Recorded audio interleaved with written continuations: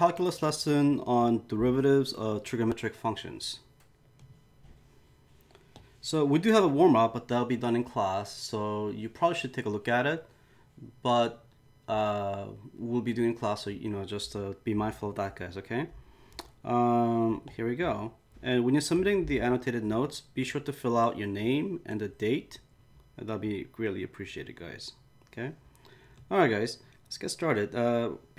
As we begin, please recall that we talked about sine of x over x equal to 1, and then 1 minus cosine of x, 1 minus cosine of x over x is equal to 0.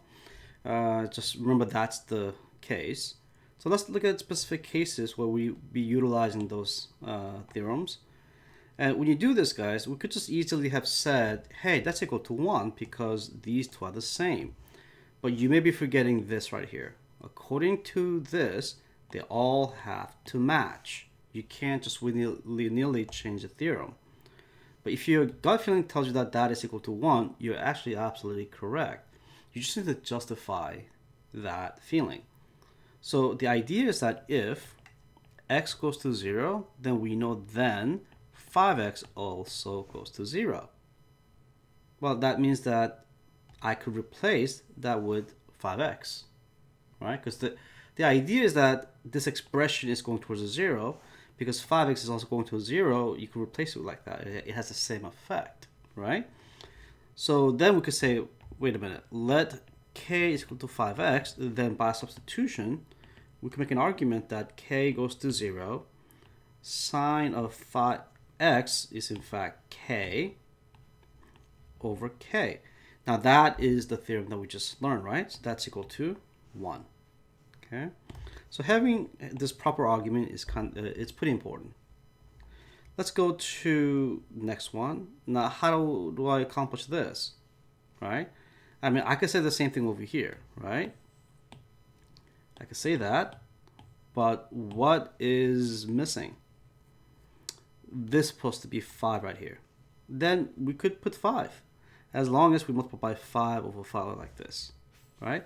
Then what we end up with is the limit as 5x goes to 0 of sine of 5x over 5x, and the 5 will be on the front. So we could separate that on the front, and at the same time we could replace 5x with k goes to 0. So sine of kx over kx, oops, sorry about that, it's just k, right?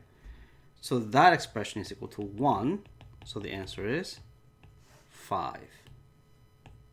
Looks good? All right, guys. So do me a huge favor, right? Why don't you go ahead and take your time and try to work out these 3 problems. Sorry, this problem, and I told you to memorize this, and if I'm not mistaken, we've actually done this a few days ago. Actually, I think maybe a week and a half ago, maybe. So do me a favor and try to figure this out. I'll pause the video. Okay. All right, guys, I'll assume that you finished that, and when I go to the next page, here we go. So what would happen with the C is that it's a good idea to write that as sine x over cosine of x. By rearranging them, you could bring that down and cosine up there, and you could tell that these two are exactly the same expression. Using the property of the limit law, we could separate them, and we know that limit of the cosine of x as x goes to 0 is 1. We just learned about this 1, so whole expression is equal to 1. Okay. Yeah, manipulating with expression in calculus is a very, very important skill set. And over here, you probably assumed this was 2/3, right? Because what we kind of figured out was that having tangent seems to imply that it's no different from having cosine, because when you pull out the cosine, as it goes to 0, it becomes 1, right? So you might have intuitively felt that, but you still need to show how that works, right? So what I did was I expressed that as a fraction of sine and cosine, and then I reciprocate that over this way, and I kind of rearranged it, put the sines together and cosines together like this. Now, I know I'm going to separate this away from this. But I do know that I need 2x in the bottom to make it sine of 2x over x, and I need 3x in the top over here. So I'm going to have to go 3x, 2x, 3x, 2x over here. And when I'm done rearranging, right, I end up with this, right? I'm going to separate them, pull this out to the front, right? Because that, and separate using the limit law as a product, and this using the quotient rule, you could go this way. Now, and all I did was put them together and bring it down this way. Let's start with this side. But as x goes to 0, cosine of 3x is approaching 0, so cosine of 0, so that's 1. Same thing with this. So I end up with that. And then I kind of made a short argument. Don't do this, guys. I did it as a shortcut. But as x goes to 0, it's same thing as 2x going to 0, right? Now that all these three expressions match up, we know that that goes to 1. Same thing with the bottom one, 1. And that x is canceled, so the limit of x goes to 0 of the constant 2/3 is just 2/3, and therefore my answer is 2/3. Okay?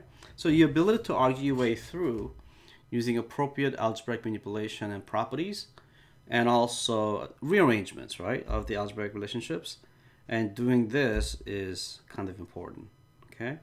Now I'm not going to work it out because we've already done this in the past. This is more of an exercise for you guys. But the idea here is for you to use a conjugate. Multiply top and bottom by the conjugate, and the top is going to become 1 minus cosine squared, which becomes sine squared over x, right? And then the bottom will be 1 plus cosine of x, right? When you separate that, there's going to be 1, and so on and so forth, and there'll be some separation going on, right? So you have to deal with that, and ultimately it should come out to 0. So if you have a problem with that, we could talk about it during office hours, but that's a good exercise for you guys. Okay? All right. So what's next? So here it is. Let's talk about this. So you need to memorize and know by heart the sine of x is cosine of x, cosine of derivative of cosine of x is negative sine of x, and so on and so forth for all of them. Today, we're going to be working on this one and this one. Okay? So let's do that, shall we? So how shall we do the derivative of the sine of x? Well, remember, this is derivation. We can't use this over here because you can't do proof with a proof, basically, right? So we need to derive this result for ourselves. So whenever we do the derivatives, right, it was defined through a limit definition, right? So as h goes to 0, the function of x plus h, which is, in this case, function is sine, minus the sine of x. So it'll be sine of x plus h minus sine of x over h. What do you suppose we should do right now? If you said angle addition, sine addition formula, that is actually correct. I'm going to write straight across. That means the limit as h goes to 0, that's sine x cosine h plus cosine x sine of h minus sine of x. That's actually h over this. So we need to remanipulate this expression. I like to put these together and we factor out the sine at the same time, right? So when we do that, let me just zoom in just a little bit. That'll be limit as h goes to 0, sine x of cosine h minus 1 over h. And then we'll be left with cosine of x times sine of h over h as a big fraction over here.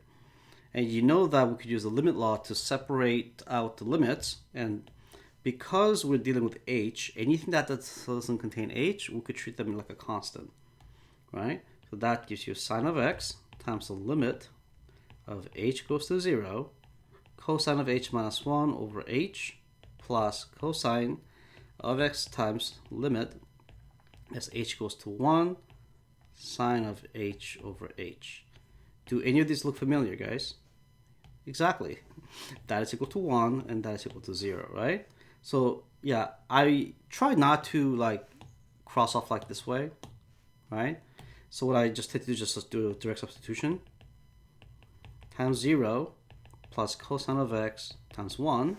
And then at the end, therefore, I could say the derivative of sine of x is equal to cosine of x. There you go. Okay. If you think about it, that's actually kind of fascinating, right?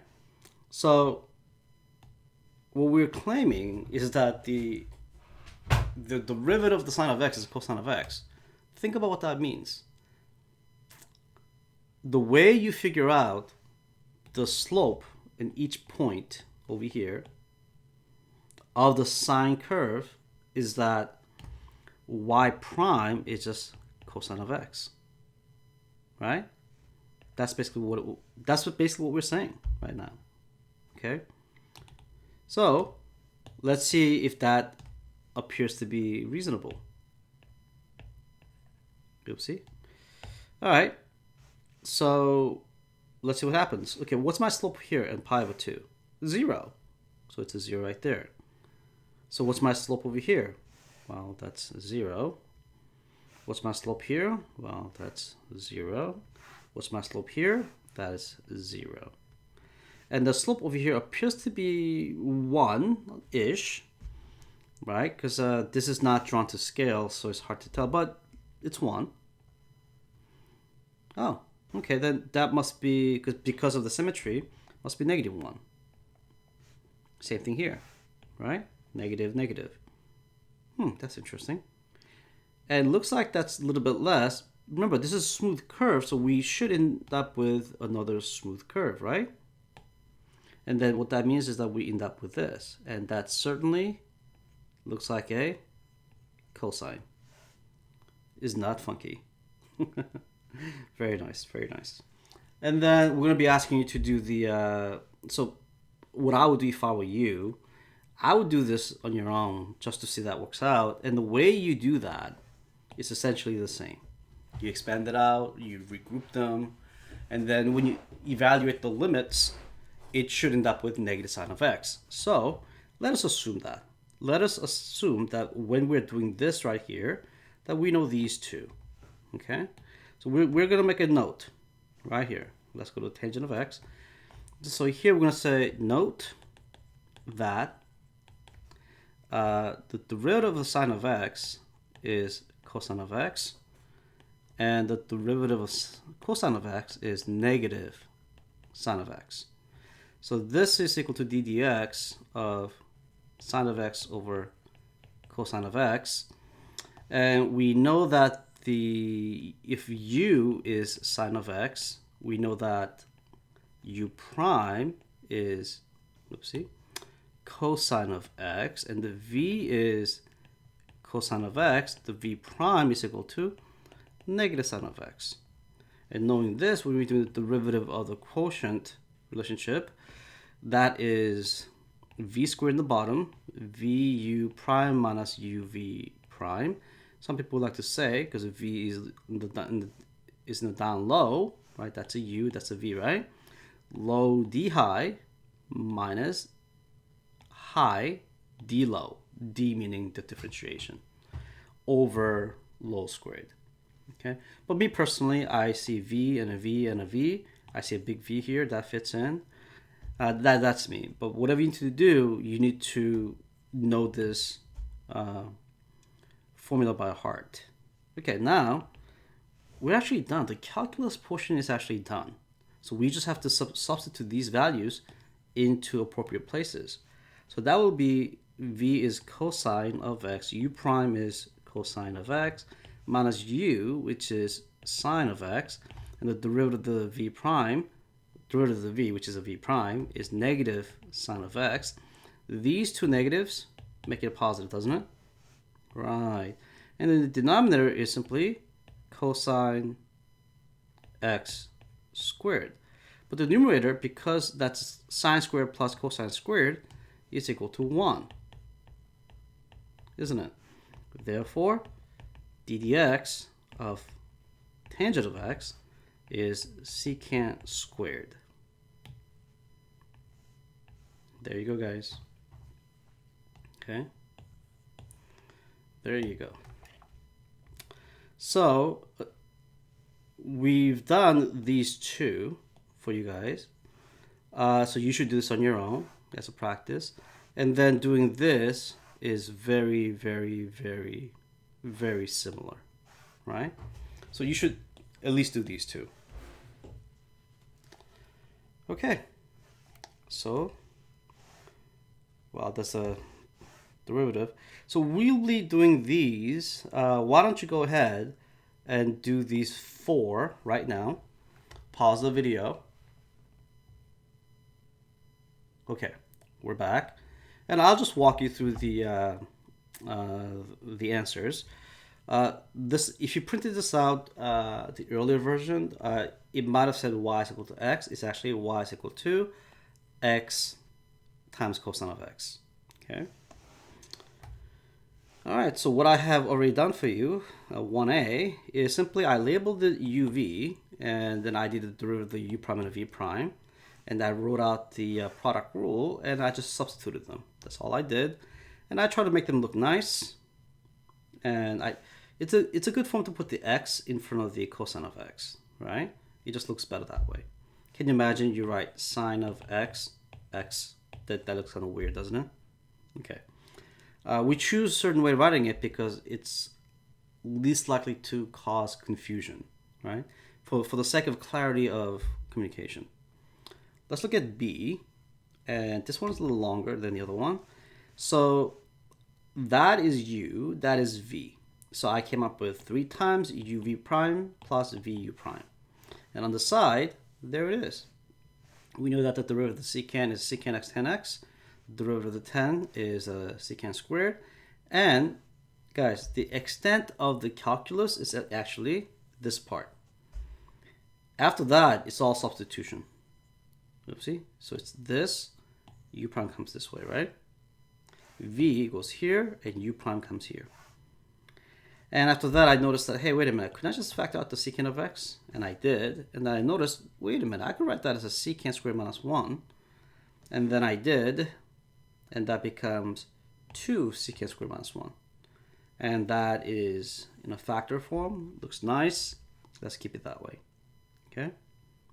All right. C.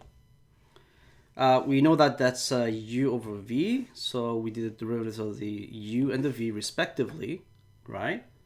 Then it comes out to, and applying the rule is a vu prime minus a uv prime divided by v squared, popping in the appropriate values, and there it is, and I can't do any more. Maybe we could rewrite this and just get rid of the 1, but it's okay. That looks fine. And the D. Here we go, guys. The way you do this is you write that as 1 over sine and do the quotient rule, right? So you use 1, the v sine of x, u prime is 0, v prime is cosine of x. Plug all that into this equation that you see before you, and you're like, hey, wait a minute, that goes away. And then if I write that as sine of x, that becomes cotangent. That by itself is cotangent. So that's cosecant, sorry.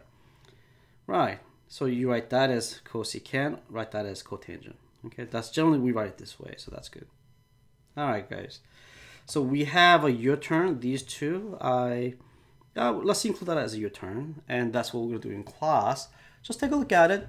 Try to do it mentally, and we'll try to do it together in the classroom, so you'll have a chance to bounce your ideas off with your classmates. Okay, guys? All right, guys, that concludes this lesson. I'll see you in class. Bye-bye.